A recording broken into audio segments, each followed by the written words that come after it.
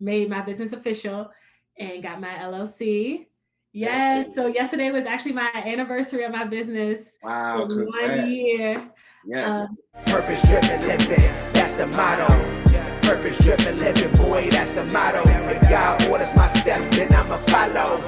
We just steward the gifts that we borrow. Purpose driven living. Well, good day, everybody. Good morning, good evening. No matter where you at, I hope that everybody's having a blessed day. I'm joined with a special guest today. I have a good friend, Ciarra Morris, joining us. How you doing, Ciarra? I'm great. How are you? I'm doing well. I cannot complain. If this is your first time listening into this podcast, it's called Driven, where we really take a look at how folks are really living out purpose-driven lives. And so I really have a special guest. Me and Ciarra have a history. I've been able to work with her. She's a Division I student athlete, track athlete at James Madison University. Been lucky enough to train her as a strength and conditioning coach. And she's really going to drive home a lot of what she does in her personal training business and just give insight for how she got started and the work that she's doing with her clients. So I'm really excited about this podcast. So tell me a little bit about yourself, Ciarra, a little bit about your background, what you do. Tell the folks your story. All right, Key. Well, thank you for having me on.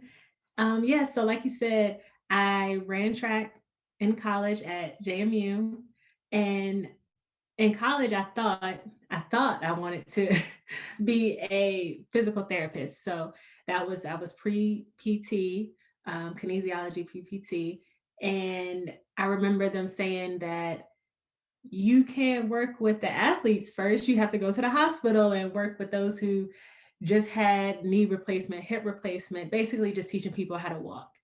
And in my head, as an athlete, I said, no, that's way too slow for me. I can There's no way I could do that. So I dropped that. And I didn't really know where I wanted to go with it, but I knew I still wanted to be in the gym and I knew I still wanted to help people and help impact lives in the physical aspect of things. So after graduation, went back home and working out in the same gym that I always had, a commercial gym. And I said, well, I guess I need a job. So I applied for a job in the gym, but it was not personal training at all. It was maybe, I don't know what it was, facilities, attendant, something like that. And I remember the manager of the gym coming up to me and after my interview, and she said, well, you didn't apply for personal training? I said, no. So, well, I've seen you work out and da da da. Anyway, long story short, I ended up getting hired for the personal training job. And they gave me no certifications, no nothing. They gave me, what was it? Hi, at Lenore Coaching, we work with a wide variety of job seekers, including students, early career professionals, and experienced professionals, with services including job search strategy, career exploration, personal branding, networking, interview preparation, as well as resume and cover letter writing. So you guys can contact us first by reaching out to our website, which is www.lenorecoaching.com. You can also contact us via social media. We have Instagram and Facebook pages, Lenore Coaching LLC. 3 or 6 months to get 90 days. They gave me 90 days to get certified in training as well as CPR AED. So that's where I started. I started in commercial gym, worked in a commercial gym for about 9 months, 2 or so commercial gyms, and realized that you can't really build your life off of the income that you get. It's very unpredictable. It's not salaried. No matter how many hours I worked, I had to work every day. No holidays off except Christmas and Easter. So that gets tiring. And knowing that I'm still considered part time, no matter how much you work. Um, and I knew I was worth more than that. So transitioning, I found another job in corporate fitness, which was amazing. You get the 40 hours a week, no weekends, all holidays off, even Columbus Day, little, little stuff. Not So I was Columbus getting Day. all of that. So I'm getting all of that. I'm salary now. I have insurance now. Honestly, it was an easy check. It was easy. It didn't matter how many clients I trained. Unlike in commercial gyms, I had to train how I got paid. So if I trained 10 people, I got paid for 10 people. And commercial and corporate gym, if I trained one person, I got paid like I trained 10 people because you were salaried. So Bad. yeah, so it was nice. But what happens was I got comfortable. So through this, even through my commercial and corporate fitness career, I was always doing my thing on the side because I couldn't let my athletes go. Um, I loved it too much. I was still coaching. I coached at Manchester High School for about 2 years, and I was still working with athletes from Henrico, Richmond, Chesterfield as well. And I just love seeing them excel. Uh, Two of my first 5 years doing it, I had each athlete go D1 from JMU to Mason to uh, SEC to Georgia to Tennessee. It was just great seeing them progress and having them over the years, and I just loved it. So I couldn't give up my athletes. So mind you, I'm working still 8 hours a day corporate. Then I would go to private gym and work with my athletes for another 4 hours a day. And it was just getting draining. And you get to the point where you're like, okay, where am I going from this? So I made a huge decision last year. And actually, last year, March 2nd, 2020, I made my business official and got my LLC. Yes. So yesterday was actually my anniversary of my business Wow, for 1 year. Yes. So as of 2020, I have been full-time entrepreneur. At first, it was hard taking that leap of faith, Yeah. and saying, "Oh man, I don't have this PTO anymore. I don't." That was between the PTO and the insurance that was the hardest part, honestly. But then you just start thinking, is it really worth it? I knew I wasn't going to advance anymore, or get any higher pay. You're not really advancing in the system. You're not, instead of waiting for somebody to give me a 50-cent raise, I can give myself a raise. True. Um, and I can make my own schedule, flexible, the freedom, the flexibility to train who I want, when I want. And it's no limit anymore. There's no ceiling. Right. No, that's phenomenal, Ciarra. And it's, one, hearing your story from a couple different angles, right? Like you from just your career decision making, for you, like obviously sports, being a track athlete, has played a huge decision in you pursuing a career in something that's physical activity related. So it sounds like, you. Hey family, it's your boy Quintrell Lenore here with brand new merch to keep you guys looking good this season. We have long sleeve, short sleeve, as well as hoodies. Check us out at gumroad.com/PDL apparel. We got all the swag you need to stay covered in purpose.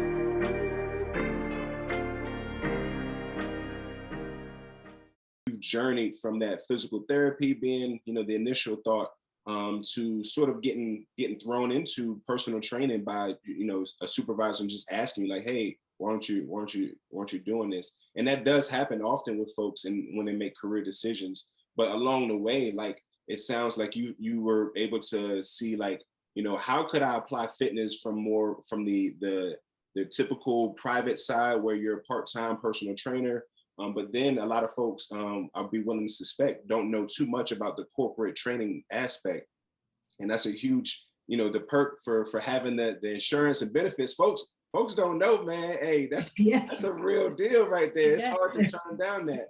But along the way, like you sort of, got bit by this entrepreneurial bug. I want to go back to the point where you as a student athlete, because from the career decision standpoint, this is a lot where a lot of us get hung up at, where even if you're, 20, 30 years into the workforce. So I'm curious to hear for you, like as a student athlete, how much did that play a part for you making the decision to choose something in the fitness world?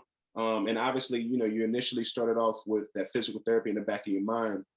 What about your student athlete experience helped you, make those decisions, and how does it help you as a personal trainer now? I just felt like I was blessed to have that opportunity to be an athlete at that level.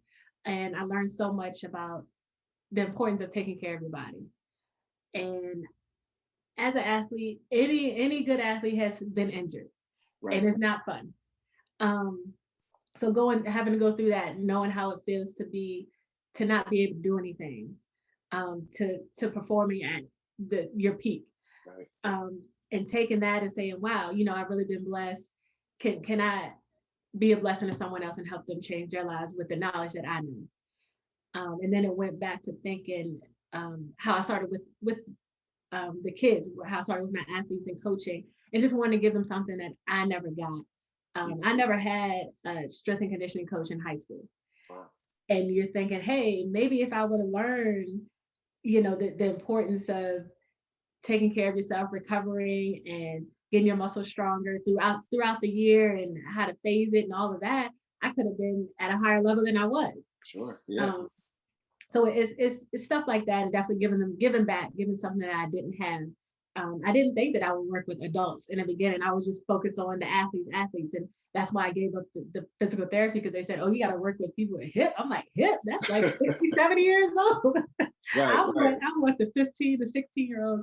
So I went into fitness looking at the athlete standpoint, and as I've grown, I started working with bigger population, from athletes 8-year-olds to having 80-year-old clients, and seeing how just fitness, it applies to everyone in their lifestyle, and that's where my name, my brand, and my business came from, is lifestyle. It's not just something that you do for a couple of weeks just to drop a couple of pounds. Oh, I want to fit in this dress for this and that.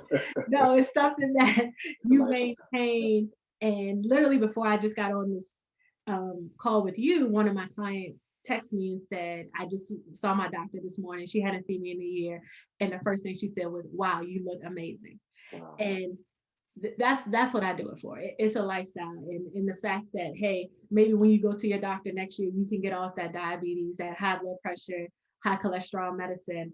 Maybe in 6 months, you'll look in the mirror and you won't feel like you have to hide behind sweatshirts, and you'll feel comfortable and confident, and stuff like that. And for my older clients now, my 60, 70-year-olds who are new grandparents, they say, oh, you can get on the floor and play with your grandchild now and not feel like I can't get back up if I get down here. And it's little stuff like that you don't think about, but it's day-to-day things, and just being able to be independent. Like my 80-year-old client, she just wanted to be able to still live by herself and be independent. And it is little stuff that makes a huge difference in quality of life. Absolutely.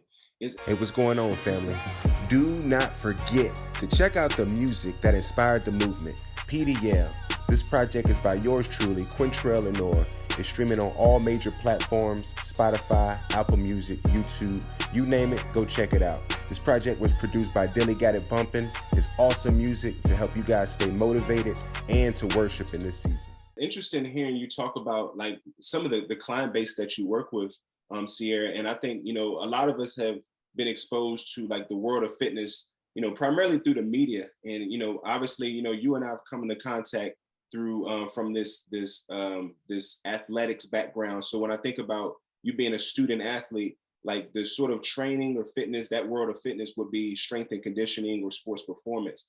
But I'm curious to sort of ask a question, because you use the sort of like the moniker or your brand being lifestyle fitness. And so I'm curious to hear from your lens, like what are the components of like your personal training program or philosophy? Because obviously we've been exposed to, fitness and this world of personal training through the media. Our backgrounds are sports performance, but I'm curious to hear from you, like what are those core components for you in terms of personal training, fitness, and so forth? Definitely commitment, consistency. Those are two big things. Commitment. You have to want to be committed for yourself. You can't do it because your friend is doing it, or because somebody said, you may have gained a couple pounds and somebody pointed out to you. But if it's not bothering you, then you're not going to stay committed to it. So sometimes it takes people some unfortunate news. Sometimes it just happens, but you have to be committed to it, or it's not going to stay. And consistency, because you can't just do it once a week. You can't work out once a week and expect results. It just doesn't work like that. You have to be consistent, days in, days out, weeks and months and years. And it takes years to develop new habits, and new routines. And I just feel like that's definitely the most important, just commitment and consistency to the journey. No, that's solid. No, that's I mean, that makes complete sense. And it's funny because obviously, you know, you work from a wide range of sort of client base, like obviously as a former athlete and still working with, you know, track athletes, Division I folks that are going SEC to really like you know, folks that might be sedentary or older adults, right? Where they just want to be able to move around and play with their grandkids and their family and so forth. Purpose driven living, that's the motto. Purpose driven living, boy, that's the motto. If God orders my steps, then I'ma follow. We just steward the gifts that we borrow. Purpose driven.